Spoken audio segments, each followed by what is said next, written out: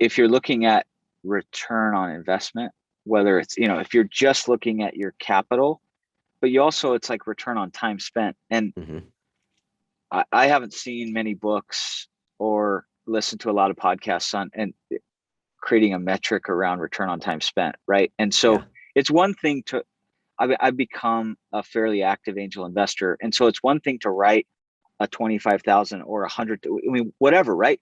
50,000, 100,000, $500,000 check. It's one thing to write a check, but it's another thing to commit to time on an ongoing basis, because it's also another thing, whether it's your time or it's money. Am I writing a one-time check, or am I writing a quarterly check in essentially in perpetuity, right? Which, once again, I think in a startup, and entrepreneurs don't necessarily even think about that. It's like, oh, I can, I'll write a $50,000 check or $100,000 check, but what about in 4 months or 6 months or, whatever.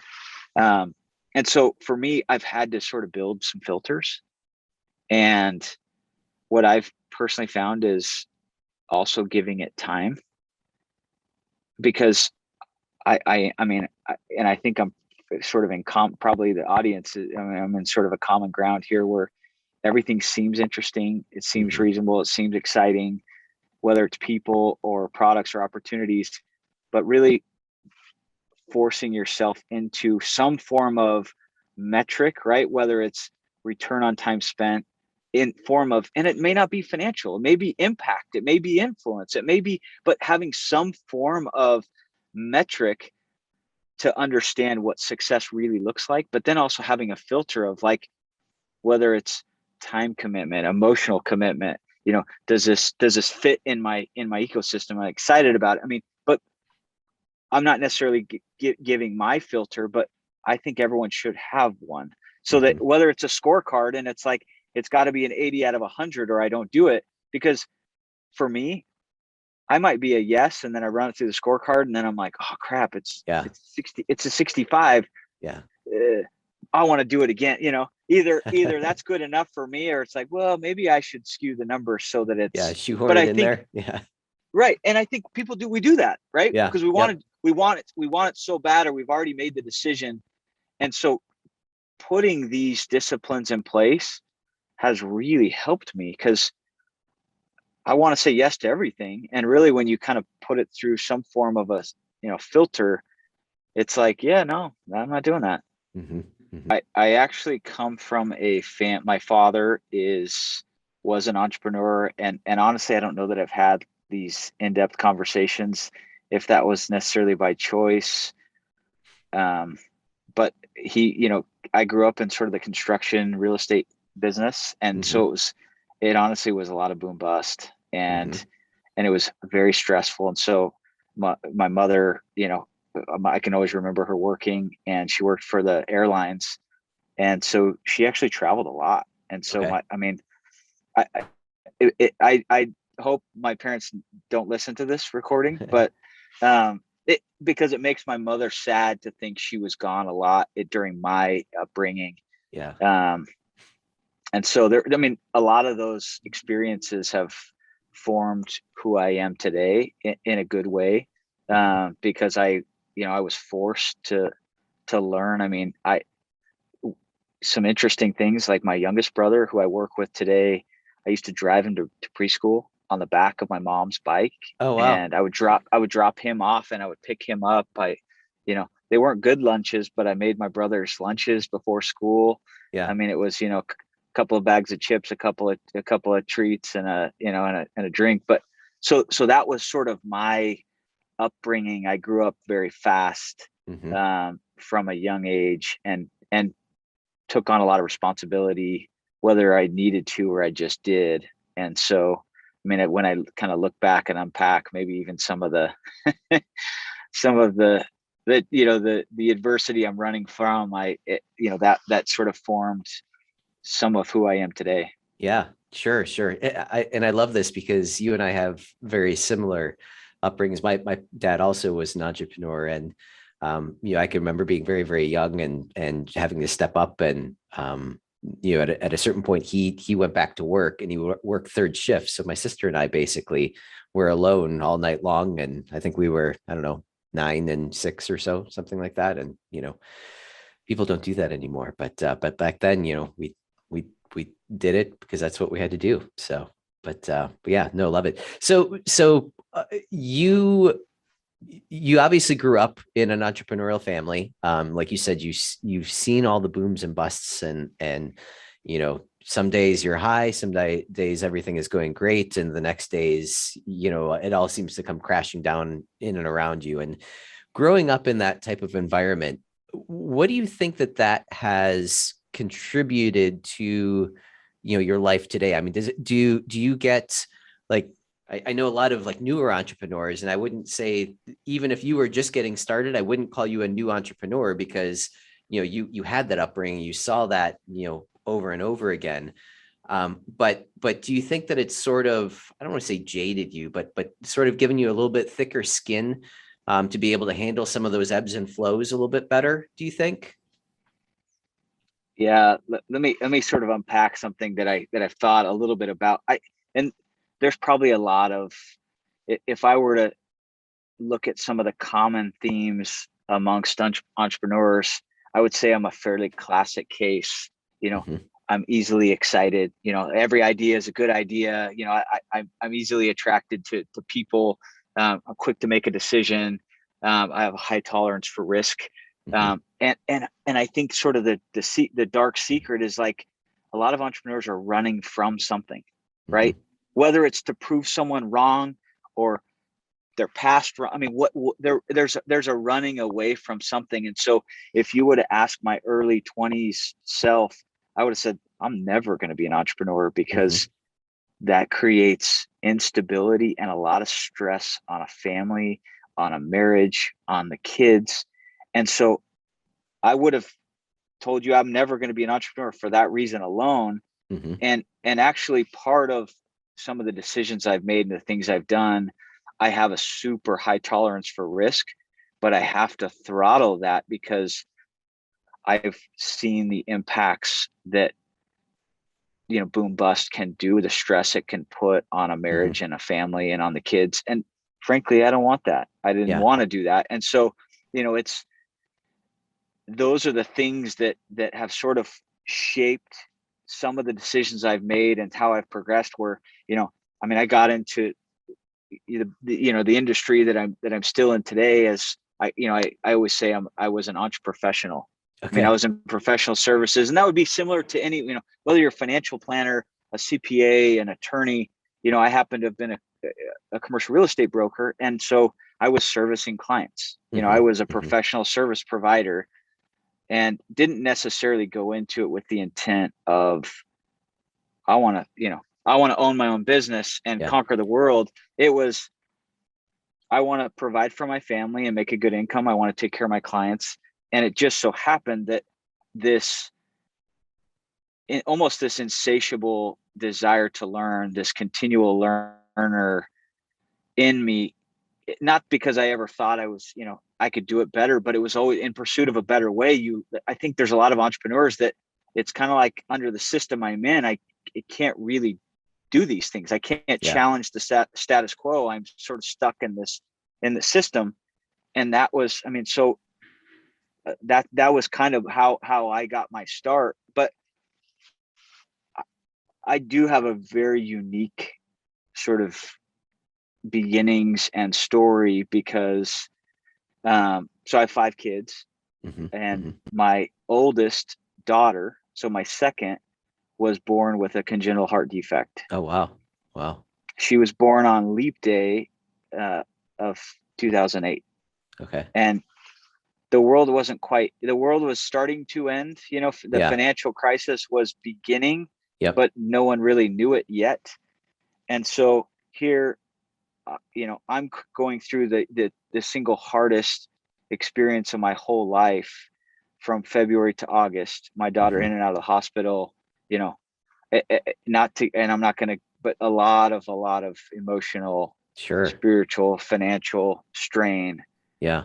And after all that, in the midst of the economy we're in, I feel compelled in October of that same year to say, I'm going to hang my shingle and start my own firm. Yeah. Wow. Wow. I'm going to pull out every dollar of home equity I have left. Yeah. I'm going to max the credit cards, and I'm going to do this. Yeah. And so, I mean, there's a lot of stories very similar to that, where it's like you put it all on the line. And so it's really, I mean, you burn the boats and you're all in, and you're going to make it work at all costs. Mm-hmm. And, but it's because of that experience, with my daughter, that it was like, I always had this sort of foundational of like the constant check-in of like, what's this all about? And even as growth got easier and success got greater and clearer, I still had to sort of check back in with like, if I'm not staying connected to the relationships that matter most to me, I'm doing this for all the wrong reasons. Yeah. Yeah. And how did you ensure that that connection was still there? I mean, obviously, I'm sure that there's conversations that are had, but at the same time, people can, um, placate you to in a way of supporting you at the same time. They may believe that whatever your path is, whatever that it is that you're trying to accomplish, is a path that they want to be able to help support. So were you ever in a situation where you felt like, I have all the support, but maybe there's something there, maybe that connection isn't there? Or were you sort of, steadfast where you were good with, all of these relationships that you're, trying to protect and trying to, maintain? And I personally have gone through this exact same type of thing where it's like, I don't know if I'm doing this right or not. I might, they might just be telling me, what I want to hear to make me feel good, but at the same time, they might be suffering, inside as well. So I'm just curious if you've ever felt anything like that, or if that was, something that you had approached I guess your situation's a little bit differently than maybe what I had approached mine. No, look, I'm not, I've not been spared from a lot of, poor decisions, and, Mm-hmm. you know, call it even failures, right? Mm-hmm. Mm-hmm. Decisions that were made that weren't the right decisions. And that's a lot of professional decisions, strategic decisions, but even personal decisions. And, I've just looked at those all as raw material for, building, creating, and Mm-hmm. designing my future. And Yeah. I don't know if that's just blessed with the right mindset, an abundant mindset of using those things. And I mean, it's funny because my son asked me maybe a week or two ago, he's like, Dad, of all the things, what's the biggest like professional regret you have? Like I had started, multiple other companies and things. And he starts kind of asking, do you regret doing that? And we're having this conversation. He's 15 years old. Mm-hmm. And I'm like, you know what? I don't regret that, because this, and this was learned. And so, I mean, I feel very blessed to have that mindset of, Mm-hmm. every time I feel that I'm, and again, I've offended people. I've harmed meaningful relationships. I've approached something the wrong way. I've, you know, made the wrong, whatever, made the wrong decisions. But when I look back and process and then say, what can I learn and what would I do different? How would I do that differently?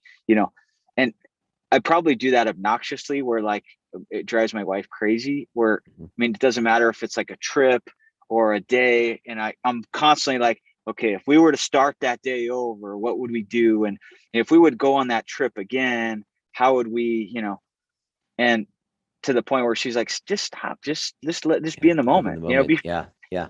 Yep. but, Yep. so, I mean, I think we're all kind of, we're all probably naturally good at certain things, and we need to work on the things we're not good at. And for me, I'm not naturally good at being present. And so, Mm-hmm.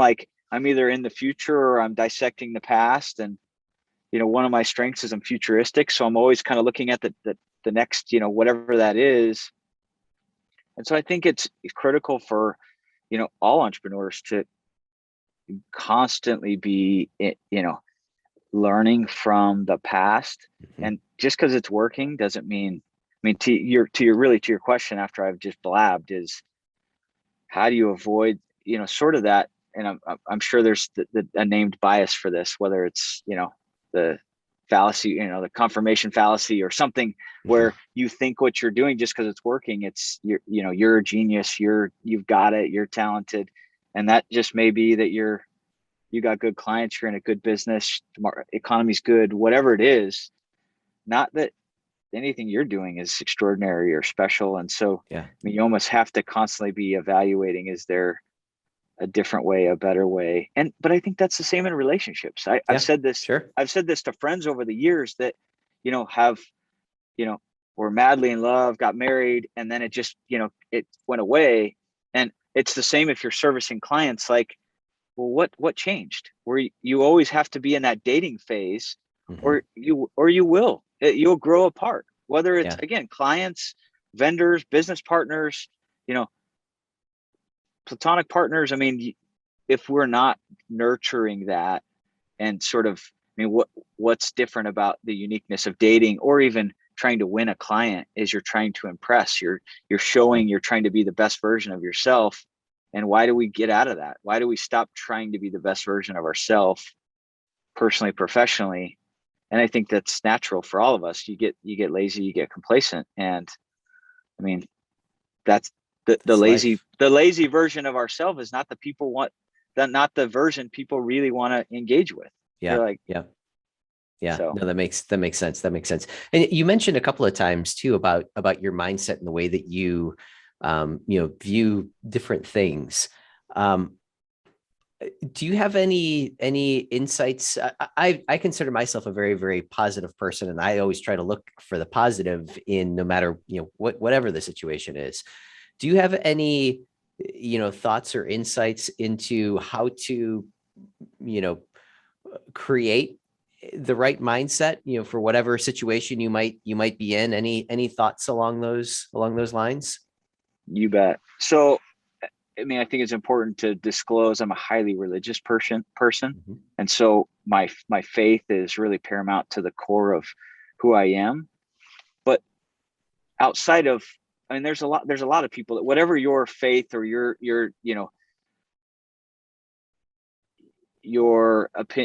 belief in, what in deity or whatever that is, uh, you know adopting a gratitude practice and mindfulness. And I mean, these are some tools and concepts that have really, really benefited. I mean, if I were to look, I feel like I was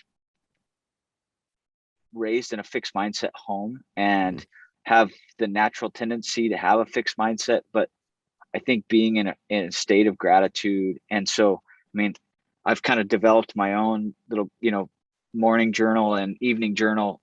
I've tried every, Mhm. 5-minute journal, 6-minute journal, that, and they're all fantastic. But to start my day in gratitude and end my day in gratitude, that, not that I'm perfect and I have it all figured out, but being in gratitude, to me, it's not necessarily being like optimistic, Mhm.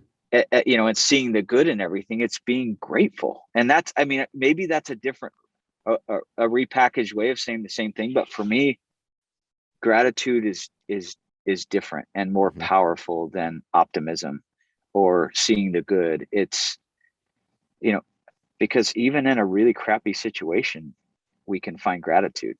Sure. And that doesn't mean you don't fire vendors, you don't fire employees, you don't, you know there's, once again, this idea of optimism where, look, it sucks. I mean, Mhm. I just had to let someone that's been at our company for 5 or 6 years, and a friend, a person I deeply care about. But it was, we the role, the needs had evolved. And so that's not a optimistic experience, but we can be grateful for, you know experience, Mhm. connection, opportunity, a lot of different things. And so I do feel like, and for me, mindfulness, having some form of a meditation or clearing, because there is a lot of negative energy. I mean, especially I feel like in Yeah. today's world, it's Yeah. constant negative energy. How do you clear that? And really, maybe it's all together, but I mean, to me, prayer is different than meditation, is different than, a gratitude practice. And maybe for some, they kind of bring all that together. But to me, those are like three distinct activities that I do on a daily basis that really help me sort of encounter the challenges that we all face. Yeah. I love that. And each one of those buckets could be a whole podcast in itself, but I'm just curious, like for the the gratitude portion, do you currently use any, the 6-minute journal or morning journal or anything like that? Do you currently use any, or do you have your own process that you sort of go through that you use to recognize and realize, those things that you should be focusing in on, those positives? So currently I have, I've done multiple times the 5-minute journal, the 6-minute journal, the miracle morning, and they're all fantastic. And I actually, so a little plug, Remarkable, the tablet has been phenomenal for me. I'm a paper pen guy, I guess, because it's not paper pen, but it still feels like that. but I basically took all of these. I mean, I've probably tried 5 or 6 different journals, and there's different nuances that I personally appreciated, or when I was on to the next one, I'm like, man, I missed that element or of whatever it was. And so I actually created my own that I've, and I do it in 90 days. And so I just created my own and created 90 days of it and dragged it into my Remarkable. And so, cool. it appears as if it's, a 6-minute journal or a miracle morning journal or whatever, but every 90 days. So I'm on my version 3 now, where I'm like, I added something like, 90 days ago, I'm like, man, I would love to end my day. For me, did I see God's hand in my life? And so before I go to bed, in my journal, what was I grateful for today? What did I learn today? But did I see God's hand in my life? And it forced me to do that, and so it's like, I think for me, coming up with what I needed for me was better than, just taking the journal off the shelf. And I think that's the iterative process. Is figuring out, like, and I feel like I've not done anything that I'm a, 0 to 1, where I've created something that's never been in existence. I'm a great copycat. I'm a great curator of other people's ideas, concepts, and tools. And so that's sort of like one example of, there's nothing that I do or have done that's like never been done before. It's I'm constantly taking, bits and pieces from other places and making it, fitting it into my kind of sphere and life. Yeah, no, that makes perfect sense. And again, that goes to, I think, sort of the core of the entrepreneurial spirit, right? You're taking your learnings, taking the things that you liked, and, again, creating something new and making it work for your own life. So no, I love that. Talk a little bit about what you do now. You were in commercial real estate. What do you do today? That's an interesting question, because I'm sort of in an evolving place. And, but for the last, 12 years, so as I kind of mentioned previously, acting commercial real estate broker, and again, like any professional services, servicing clients, but then how do you scale up? And so putting systems and process, it's really a function of adding people, putting in systems and processes, and how can that experience become repeatable. And so as we've scaled that up, and then added, additional services where we were doing traditional sales and leasing for, business owners and entrepreneurs. And that's what I've always loved about my role is, I was a service provider, but really we were the same, whether I'm dealing with a doctor, dentist, CPA, technology CEO, we're dealing with the same issues of scaling up and people and process and, systems and really space was a part of, part of that. And so kind of as I grew out of that role of, transacting, it's, building a business around it and adding adjacent, additional services. And we've got some unique, in fact, we represent dentists across the country. So we help them with site selection, Oh, wow. additional locations. And then we got into like the whole sort of life cycle where we're doing practice valuations where, dentists are buying and selling Yeah. practices. And then we're helping them place associates so they can scale up. Because that's part of, growing a dental practice is you've got to bring on associates. And Yeah. so we've kind of niched into this whole dental segment, which is really interesting. And then I've subsequently made investments in other businesses within the ecosystem, which has been a lot of fun being, an early stage investor. And so that's a little bit of my sort of professional world, if you will. Yeah, that's really interesting. And when you going back to the point when you made a shift, I guess, into niching yourself into, such a specific um, niche, what was the catalyst, with that? Because I mean, obviously in real estate, you could just rent out office space, or you could rent out, medical space even. Was there something that you saw or some reason why you decided to niche specifically with dentists or in that industry, that vertical? So yeah, that's an interesting question because really you'll see like practitioners typically niche, Mhm. where, if you take commercial real estate brokers, one might sell apartment buildings, right? Or one Yeah. might sell office buildings, or one might do office leasing, so you have a lot of specialization in within the industry.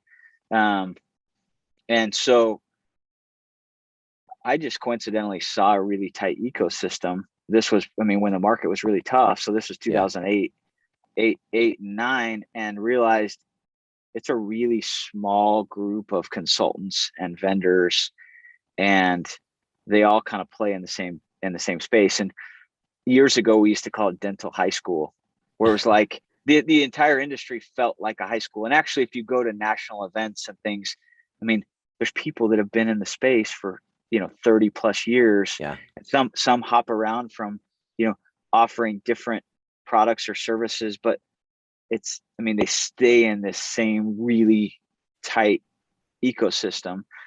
And so the firm itself doesn't just specialize in only working with dentists, but we've always encouraged our advisors, just like, financial advisor and attorney, to specialize, just like, a law firm would have, bankruptcy, corporate law, litigation, whatever it is, Yeah. having sort of specialized advisors. And that's how we've kind of built the commercial real estate firm, as everyone has a specialty. And within that, there's a whole team in this dental piece that um, that then has spun off other businesses, kind of sister businesses with other stakeholder groups. Hmm. And so that's where, in a lot of ways, not all the things I'm involved in are under the same corporate umbrella, if you will. It's partnering with others Yeah. And and complementing. and Yeah. complement. Yeah, exactly. And so it's really finding complementary services and great operating partners that can execute. Yeah. Yeah. And any advice on finding those partners? How, do you have any way of, vetting people? Obviously, I'm sure there's probably a full, due diligence process that you'd go through, but a lot of times too, even just from a personality standpoint, and this kind of gets back to, I'm sure, you've been in situations or gone into business with people that you wish you hadn't. But any learnings or anything that you can, point out to as far as, maybe making sure that you're getting in business with the right person. You guys are going to have, a similar work ethic, or you guys are going to gel, well enough where, it's not always a constant frustration dealing with them.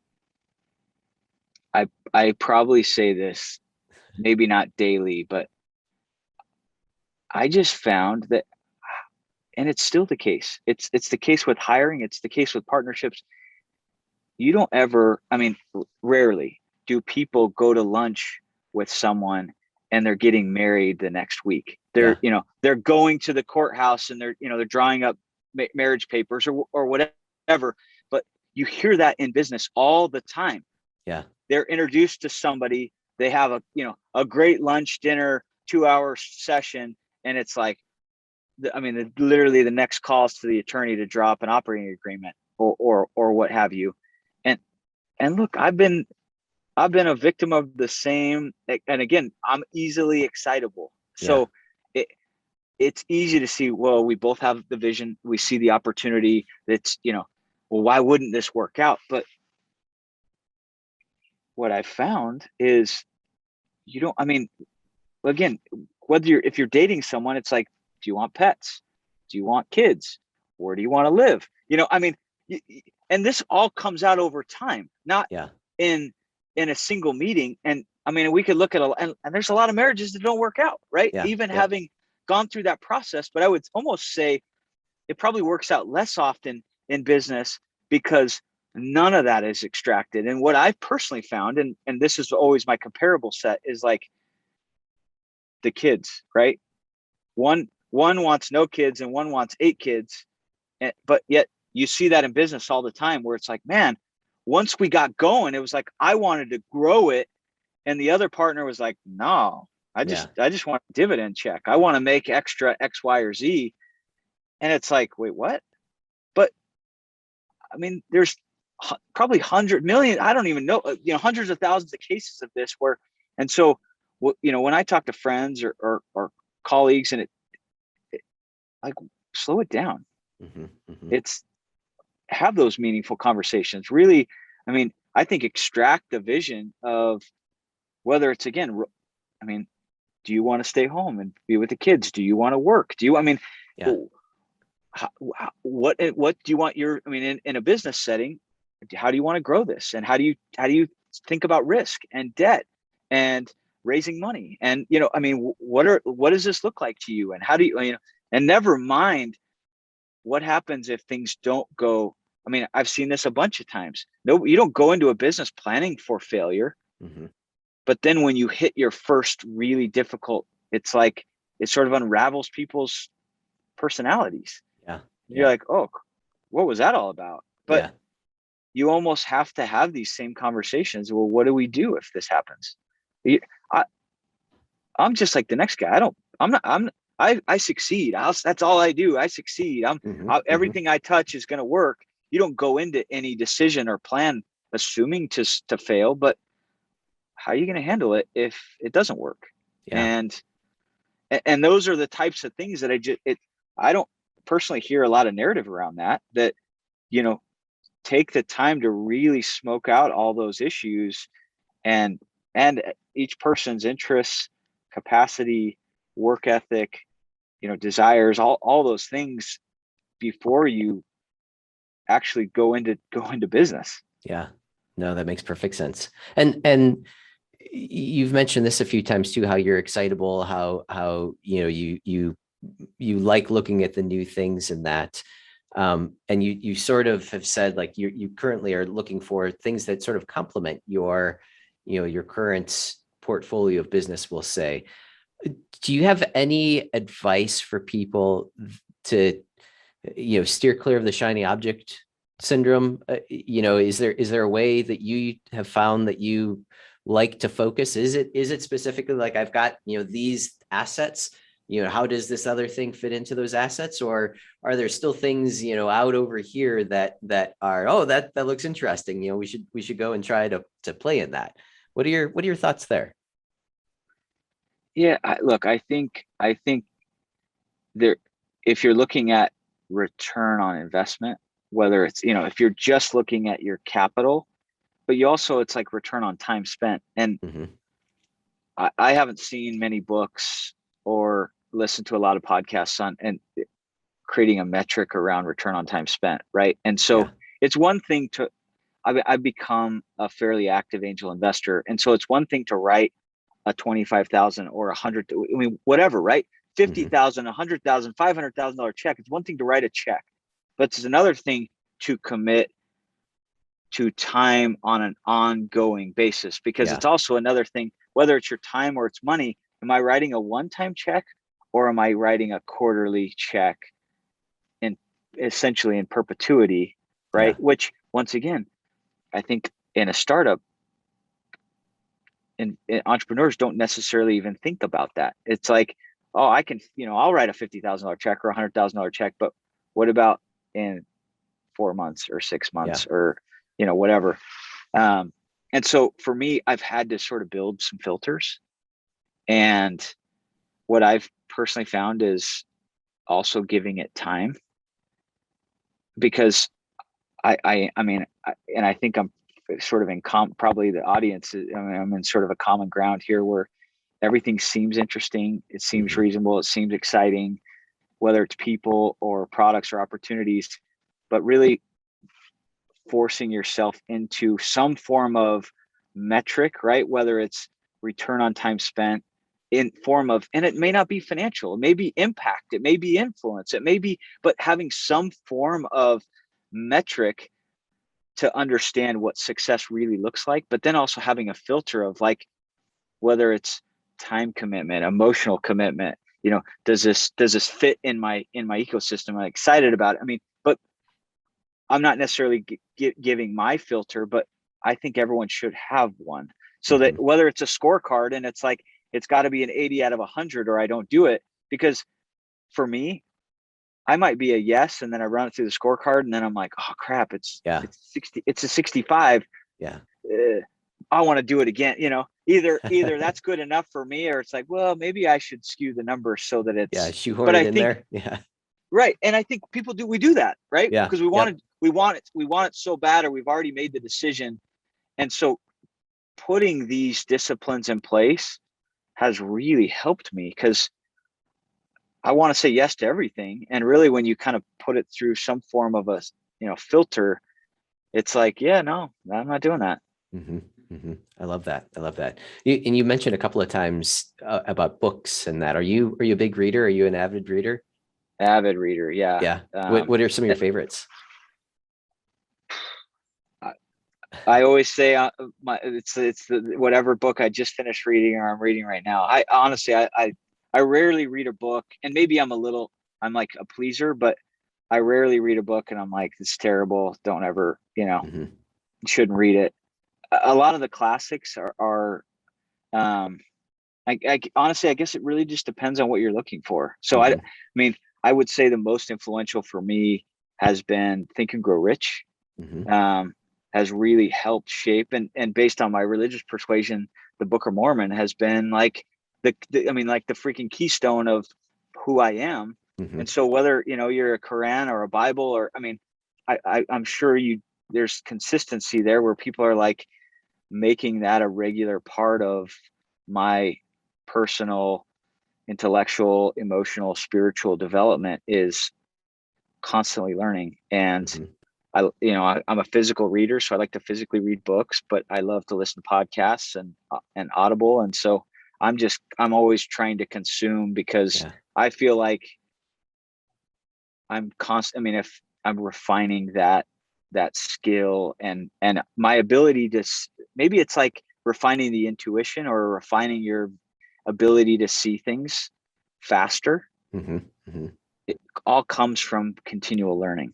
Yeah. And do you get into any type of like fiction or more creative side of things? Because I'm kind of the same way. I like business. I like learning. I like trying to, make myself better, whatever that might be. And other people are said, no, you got to disconnect. You got to be, connect more with the creative side. And then the other things will be that much better. And I just never, to me, it's just not attractive to me at all. Are you the same way? Or do you disconnect a little bit too? No, I'm a lot the same way, in fact, and I've had to sort of force myself to weave in some fiction here and there. So my wife's also an avid reader, Mm-hmm. and we're like equally freakish in our separate, where I'm this maniac, always working on something new, always trying to learn, Mm-hmm. professionally, taking lots of risks.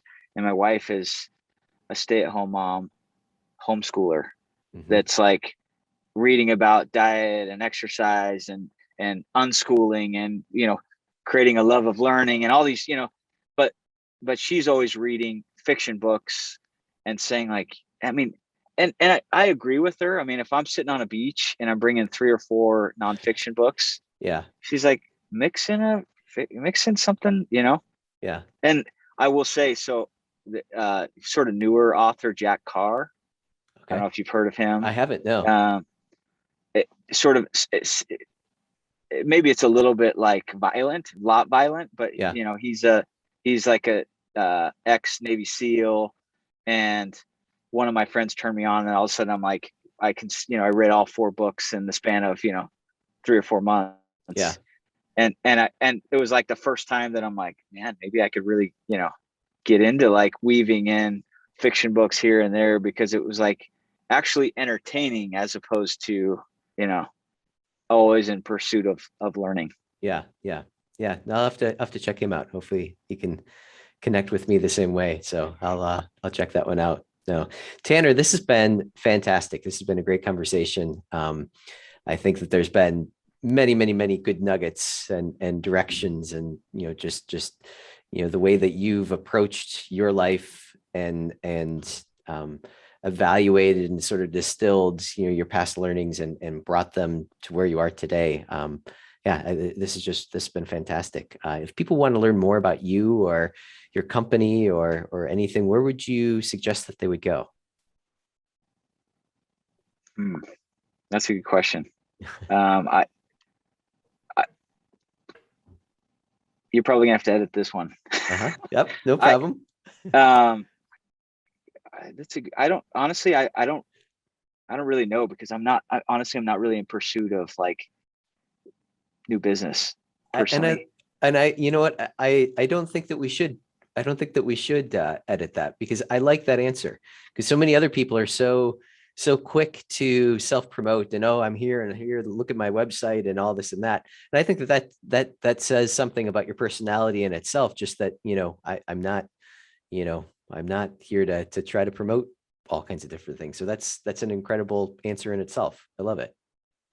I mean, honestly, if people want to connect with me on LinkedIn, I mean, I'm happy to be a sounding board to other entrepreneurs. If it's just, hey, you mentioned this, or what do you think about that? Or have you been in any programs, or, whatever. Like, I just want to share, because people have been so gracious sharing with me over my life and career, that I'm happy to share the things that have been proven to be effective for me. So yeah, I love it. I love it. Maybe And if you want to just include my LinkedIn or something. Yeah, we definitely can do that. Absolutely. And are you big on mentorship too? Do you have mentors and people that you've gotten advice from over the years, would you say? So I am, but I've a lot has been like paid coaching and consulting, and because of sort of I got into my industry and business really young, and so I had to be sort of in this fake it till you make it, it wasn't until honestly the last handful of years that I've really sought mentors in a meaningful way, rather than just it was very superfluous, where I was trying to be a leech as opposed to really learn and grow and all benefit them as much as them benefiting me. Yeah. And so maybe that's been fun. sort of exactly. That's when it's a lot of fun, when it's not one-sided.